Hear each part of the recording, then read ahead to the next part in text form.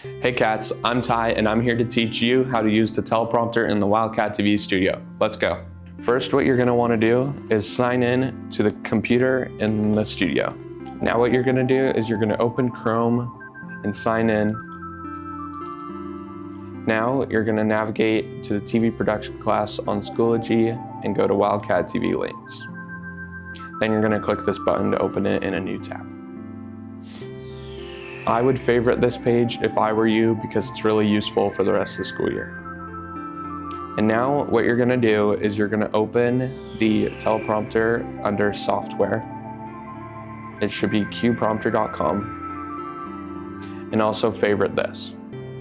Now you're going to go back to ClassLink and open Google Drive.